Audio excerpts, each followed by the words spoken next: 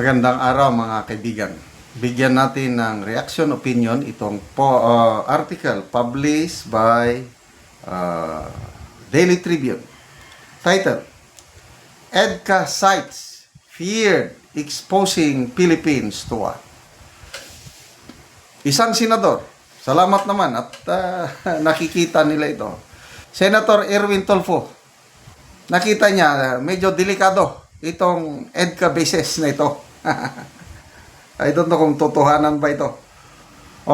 Senate Foreign Relations Committee Chair Erwin Tulfo is considering reviewing the presence of enhanced defense cooperation agreement sites in the country amid fears that Iran may launch missile attacks on the Philippines as part of its retaliatory efforts against Israel and the United States.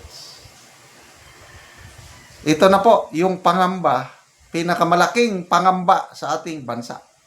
Yung presensya ng EDCA sites, lalong-lalo na yung US Typhoon missile system na nasa Pilipinas, most likely nasa Northern Luzon.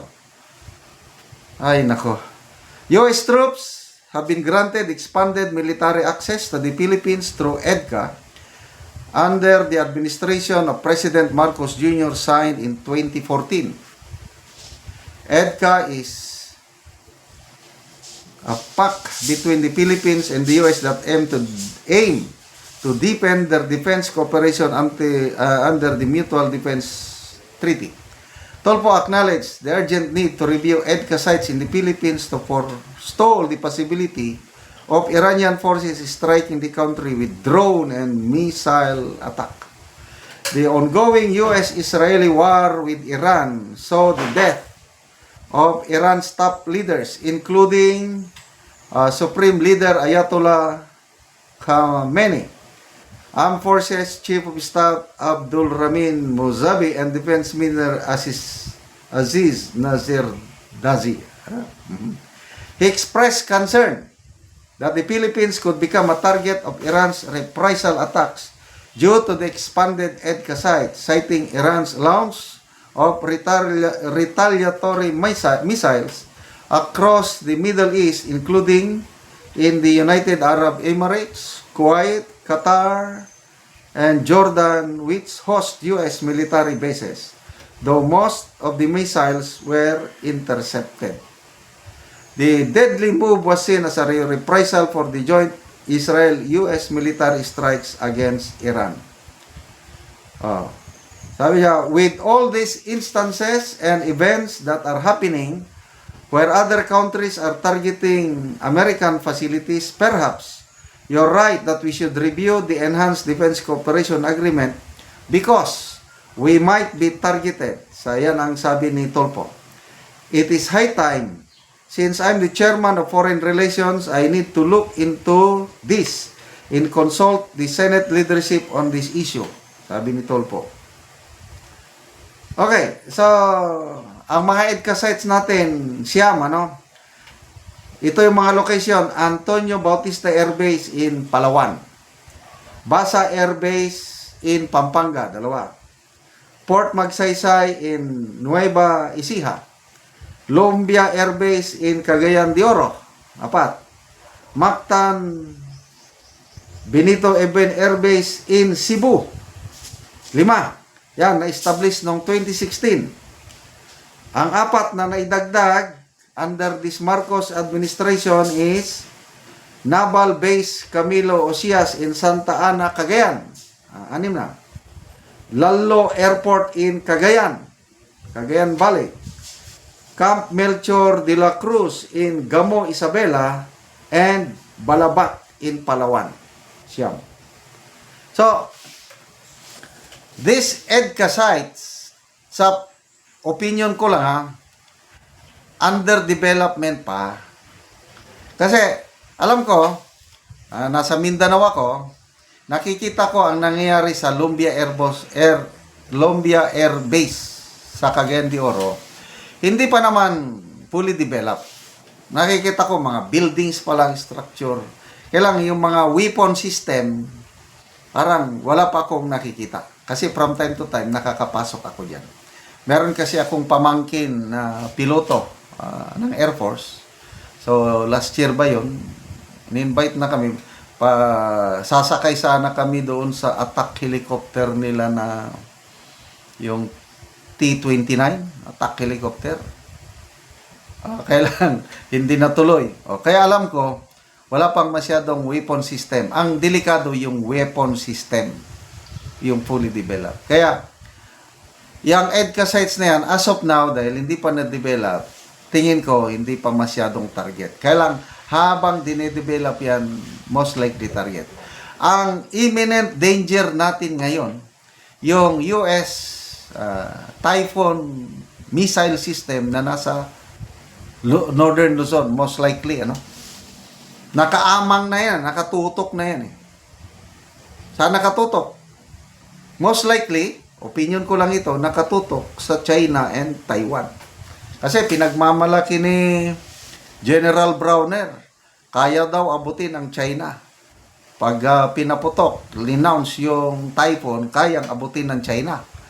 China naman, sige, gusto nyo bang magkasunugan tayo? Sige. Ayun, yun ang magnet, yung typhoon missiles na pinapasok. Delikado tayo niya.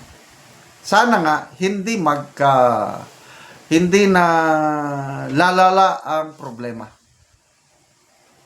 I don't know how this war will turn out.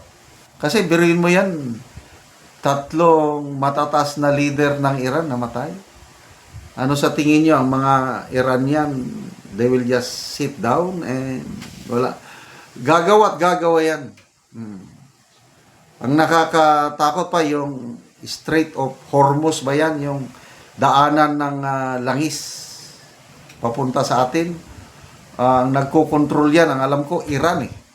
Pag sinara nila yan, nako, tataas ang presyo ng crude oil, apektado tayo lahat. Baka yan ang malaking epekto sa ekonomiya natin pag isara ng Iran yung Strait of Hormuz na yan. Sana naman hindi mangyari.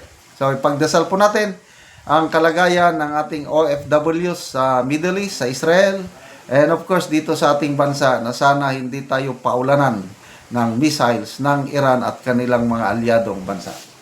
Salamat mga kaibigan sa inyong pagsubaybay sa ating channel. Nakakatulong kayo ng malaki sa tribong Talandig ng Bukidnon dahil ang income natin sa channel na ito ay pantulong sa tribo.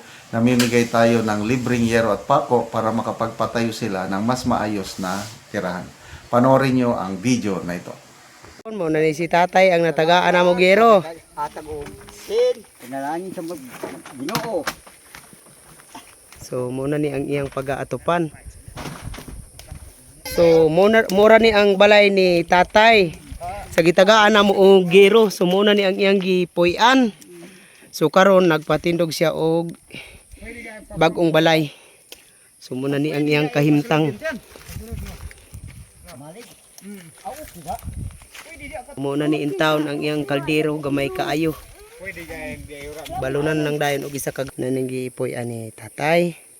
Nagpatukod siya og bagong balay. Muna ni. So pag gid niya nauman kay siya ra man gyud isa ani.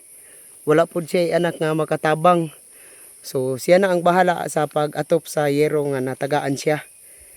Salamat sa naghatag. So kuha na gyud ang iyang kahimtang mo na gyud ni intawon. Matabangan ni Nga diri siya magpuyo. Mga sako lang gyud intawon og tunnel bag ang atop sa iyang balay. So mayong udto tay. Mayong udto sa So pila nakakatuig tay nga inaani lang gyud ang imong pagpuyo diri lang kagatulog. mga 5 na katuig. 5 na katuig nga gantos ka sa ingani lang Oo, anak yun. nga payag-payag. Okay, kapuyan man ko kuan, balin-balhin. Oo, so Payag na lang. Magpay- Magpay. Kapoy. oo. So karon tay natagaan na ka og gero, nakapatindog na ka og bagong balay. So di na ka maulanan puhon nga makaatop na ka. Aw dili na gyud. Salamat gyud sa naghatag. Kuan naot nga dugangan iyang grasya panalangin nga maayo atong pagpuyo hangtod-hangtod mag kuanta mo approve atong kuan kalihukan hangtod-hangtod. Kayo sa nagtabang ani hangtod sa Ginoo nga sagaan mig kuan mayong panglawas hangtod-hangtod ug grasya panalangin sa Ginoo. Salamat kay tay. Oo. Oo.